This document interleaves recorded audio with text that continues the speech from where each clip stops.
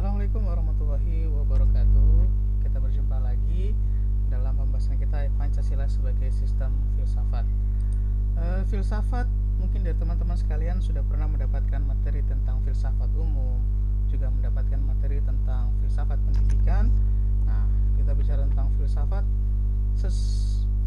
cinta ya. Filsafat itu ilmu tentang apa, bisa dikatakan tentang cinta kebijaksanaan ya, atau bisa juga diartikan sebagai berpikir mendalam.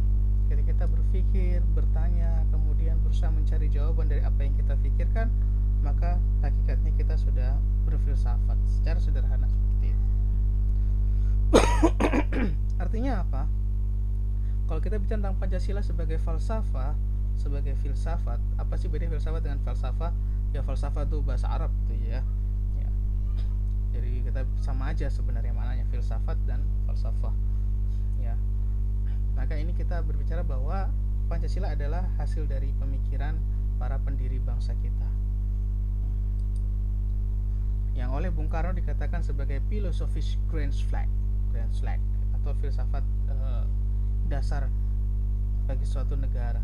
Jadi ketika kita pernah bahas ya sebelumnya tentang sejarah dirumuskannya Pancasila ya, di sidang PPUPKI itulah kemudian Bung Karno menyebut istilah philosophical grand flag ini sebagai dasar negara Indonesia, yang kemudian beliau beri nama usulannya adalah Pancasila.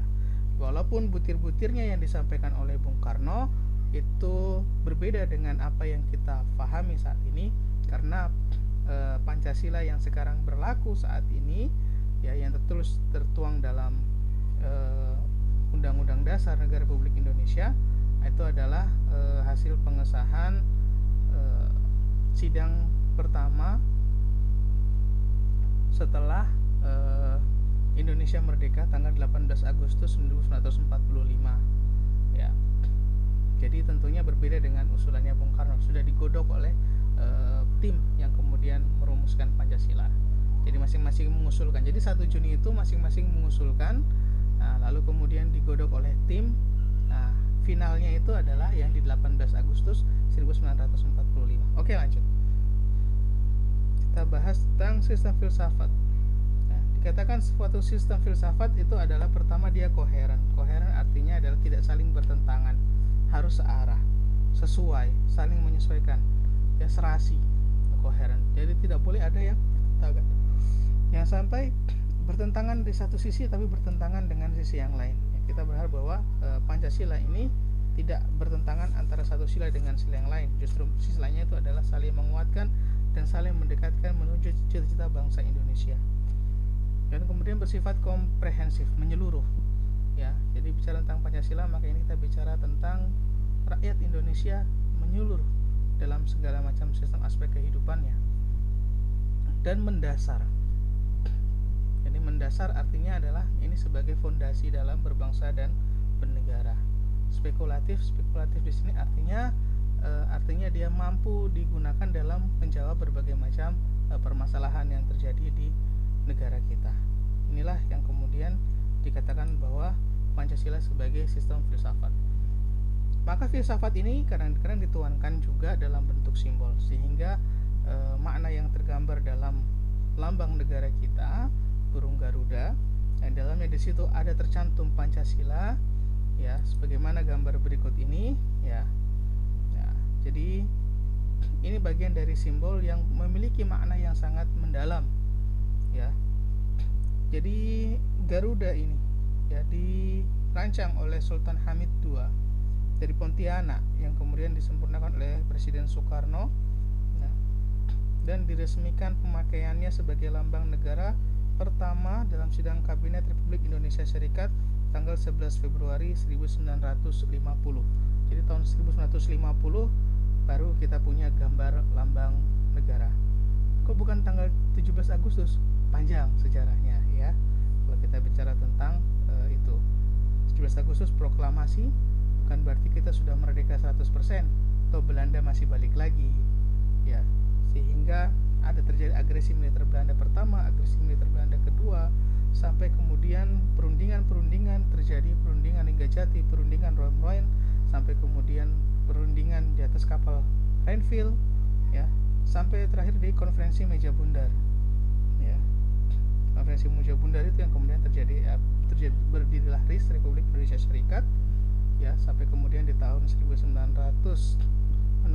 ya, kalau tidak salah, ya, dekret presiden itu, dan kemudian kembali kepada Negara Kesatuan Republik Indonesia. Dan juga kembali kepada pembubaran konstituante, kembali kepada Undang-Undang Dasar 1945. Jadi inilah ya memiliki makna yang kita tahu dari jumlah sayapnya, ya, dari lambang-lambangnya ini memiliki makna, ya, makna yang begitu mendalam. Jadi ketika membuat lambang ini ada nilai-nilai filosofisnya, yaitu terkait dengan kapan Indonesia memproklamirkan kemerdekaan Indonesia. Maka falsafah Pancasila ini ya bisa dikategorikan sebagai suatu filsafat, ya, hasil dari pemikiran mendalam para pendiri bangsa ini yang kemudian dijadikan sebagai dasar negara kita. Baik, teman-teman sekalian, secara singkat ini saja, saya nggak membahas tentang nilai filsafat secara lebih jauh.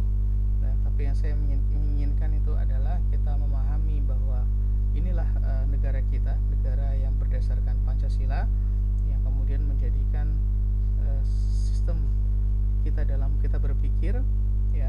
Jadi kita berpikir untuk bangsa dan negara, maka kita harus mendasarinya dari apakah ini bertentangan dengan Pancasila atau tidak. Nah, jangan sampai kemudian apa yang kita lakukan justru kemudian itu bertentangan dengan nilai-nilai Pancasila, walaupun itu kemudian bagian dari ajang internasional sekalipun. Maka harus kembali kita lihat apakah ini bertentangan dengan nilai Pancasila atau tidak. Walaupun kita mengetahui bahwa ideologi Pancasila ini bersifat terbuka, ya, dan tentunya menjadi ranah diskusi kita, ya, ya, yang itulah yang menjadi bagian bahwa ini sifatnya tidak normatif, bukan tentang benar atau salah, ini yang benar, ini yang salah, namun semuanya ada pertimbangan baik dan buruknya.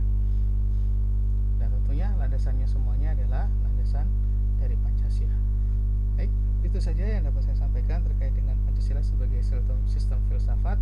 Artinya Pancasila ini masuk dalam kategori falsafah dan bisa dijadikan sebagai falsafah suatu negara. Oke, assalamualaikum warahmatullahi wabarakatuh.